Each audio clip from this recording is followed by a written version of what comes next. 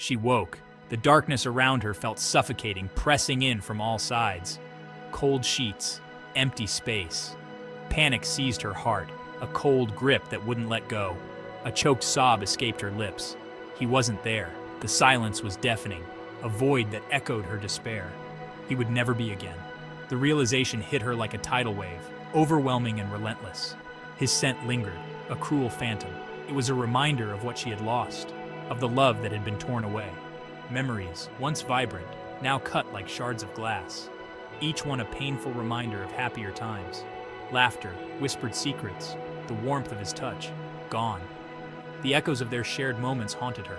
Despair threatened to drown her. The weight of her grief was almost too much to bear. But a spark ignited within the grief, a refusal to accept. She would defy fate. She would not let this be the end. She would bring him back. No matter the cost, no matter the risk, she was determined. Whispers of a forgotten legend echoed in her mind, a tale of love and loss, of journeys to the underworld, a realm of shadows where souls lingered, Hades. The very thought sent chills down her spine. A perilous journey, but for him she would risk everything. She would brave the unknown, face the darkness, and challenge the very fabric of fate itself. Ancient texts, dusty and forgotten, held the key. They spoke of a gateway, hidden, treacherous, a portal to the underworld. Fear whispered warnings, but love drowned out the doubt. She gathered the artifacts, each pulse of her heart a drumbeat of determination. A mirror of obsidian, reflecting only shadows. A vial of tears, shed for lost love. A single white rose, a symbol of remembrance. The air crackled with unseen energy as she performed the ritual. The mirror rippled. A voice, cold and ancient, echoed from its depths. You seek to defy the order of life and death. Yes, she breathed, her voice trembling but resolute. The mirror shattered. Shards swirled, forming a vortex of obsidian light. She didn't hesitate. To retrieve her love, she would face any darkness. The air grew cold, heavy. The scent of decay filled her nostrils. She stepped into the void, the remnants of the world she knew fading behind her. Below, a river of fire snaked through an endless expanse of black. Grotesque shapes moved in the shadows, drawn to her grief like moths to a flame. There was no turning back. A skeletal figure awaited her on the riverbank, cloaked in darkness. Charon, the ferryman of souls. His eyes, burning embers, fixed upon her. The living are forbidden here, he rasped, his voice like grinding stone. The price of passage is dear. She offered him the vial of tears. He examined it, a skeletal finger tapping the glass.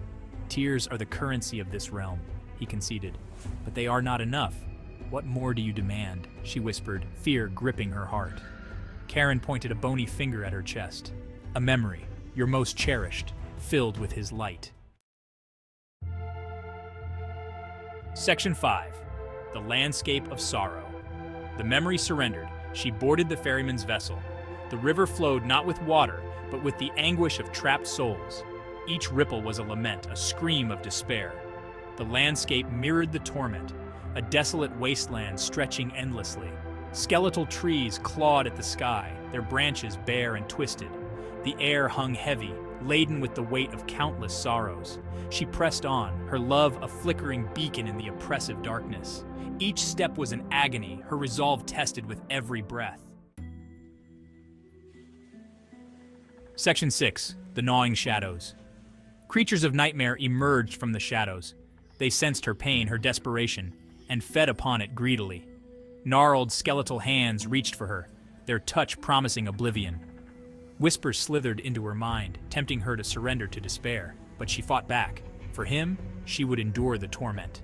She would not let the darkness consume her, not while a flicker of hope remained. She clutched the white rose, its thorns drawing blood, a reminder of her sacrifice. The pain anchored her to her purpose. Section 7. The Echoing Halls. The path led to a chasm, a gaping maw leading into the heart of Hades. A single bridge, precariously thin, spanned the abyss. The air vibrated with an unseen force, whispering promises and threats. This was the final test, the ultimate challenge to her love. As she stepped onto the bridge, the whispers intensified, morphing into voices. His voice, calling her name, pleading with her to turn back. Tears streamed down her face. Was it truly him, or a cruel trick of the underworld designed to break her? Section 8. The Lover's Touch. She pressed on, her heart a drumbeat of pain and determination. Each step she took was a battle against the shadows that seemed to claw at her from every direction. The forest was a maze of darkness, but she knew she had to keep moving forward. The bridge swayed precariously, threatening to plunge her into the abyss. The wood creaked under her weight, and the wind howled like a distant wail. She took a deep breath, steadying herself, knowing that this was the only way to reach him. Then she saw him, standing at the other end, bathed in an ethereal light. The sight of him was like a beacon in the darkness, guiding her steps.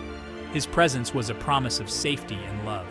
His eyes held a familiar warmth, his smile a beacon of love.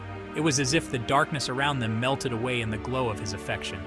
She felt a surge of hope and relief. "You came back," he breathed, his voice filled with wonder. The words were a soft caress, a balm to her weary soul. She had longed to hear his voice again, to feel the connection they once shared. She ran towards him, her heart soaring. Every step brought her closer to the love she had fought so hard to reclaim. The distance between them seemed to shrink with every heartbeat. He was real.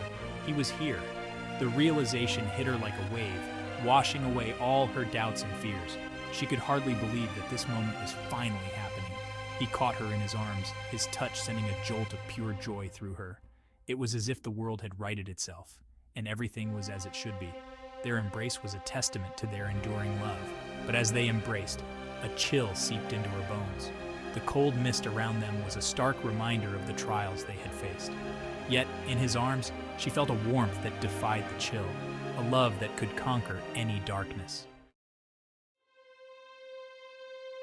Section 9. The Price of Love.